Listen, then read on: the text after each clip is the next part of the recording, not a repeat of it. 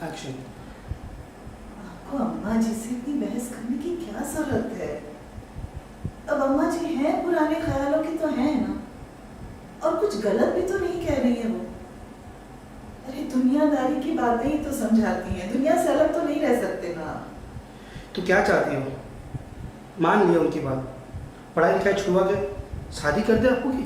ऐसा तो नहीं कह रहे हैं हम आपको, पढ़ाइए, जरूर पढ़ाइए उसे, मगर लड़कों के स्कूल में पढ़ाना जरूरी है क्या? और विज्ञान ही पढ़ाने की क्या जिद पकड़ रखी है आपने? कुछ और भी तो पढ़ सकती है वो। छोड़ो, तुम नहीं समझोगी। तुम इसमें बीच में ना ही पढ़ो तो अच्छा ही है। हम बीच में पढ़ रहे हैं, हम बीच में पढ़ रहे हैं। अरे जबरदस्ती घसीटा जाता है हमको बीच में। गिद्धा जवाब देता है तो बहू की गलती, नींद की नौकरी नहीं लग रही है तो भी बहू की गलती, अप्पू जिद कर रही है तो भी हमारी ही गलती। आप ही सोचिए, किसी इंसान पे लगातार अगर तोहमत लगाई जाए, उस पे दोष मढ़ा जाए, तो क्या गुजरेगी उस इंसान पे? क्या गुजरेगी आप ही बताइए। पर चलो कोई बात नहीं, हम भी ये समझकर चुप हो जाते हैं, संतोष कर लेते कि हमारे पति हैं, हमारे बच्चे हैं, हमारा ही तो संसार है। उनके लिए अगर दो बातें सुन भी लें तो क्या बिगड़ गया, यही सोचकर हम संतोष कर लेते हैं। लेकिन आज जी भर आया तो हमसे रहा नहीं गया। आप ही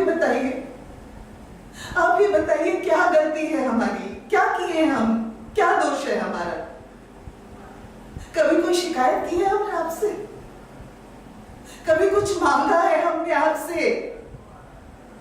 जो आपने कहा, जो अम्मा जी ने कहा, हम बस चुपचाप करते गए।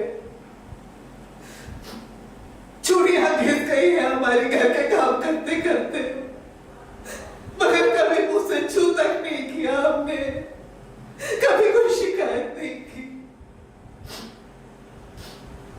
अगर आज हमसे रह नहीं गए,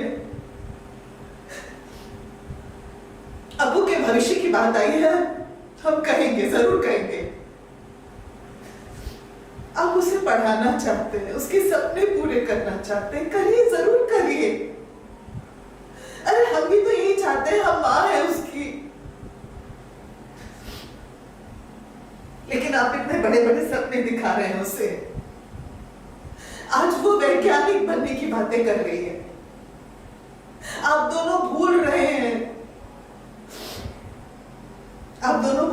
कि हम मुंबई और दिल्ली में नहीं रहते, कन्नौज में रहते हैं। और आपकी लड़की किसी अंग्रेजी स्कूल में नहीं पढ़ती है, राजकीय इंटर कॉलेज में पढ़ती है वो। हमें डर लगता है, इतने बड़े बड़े सपनों से मत दिखाइए जो कभी पूरे न हो सके।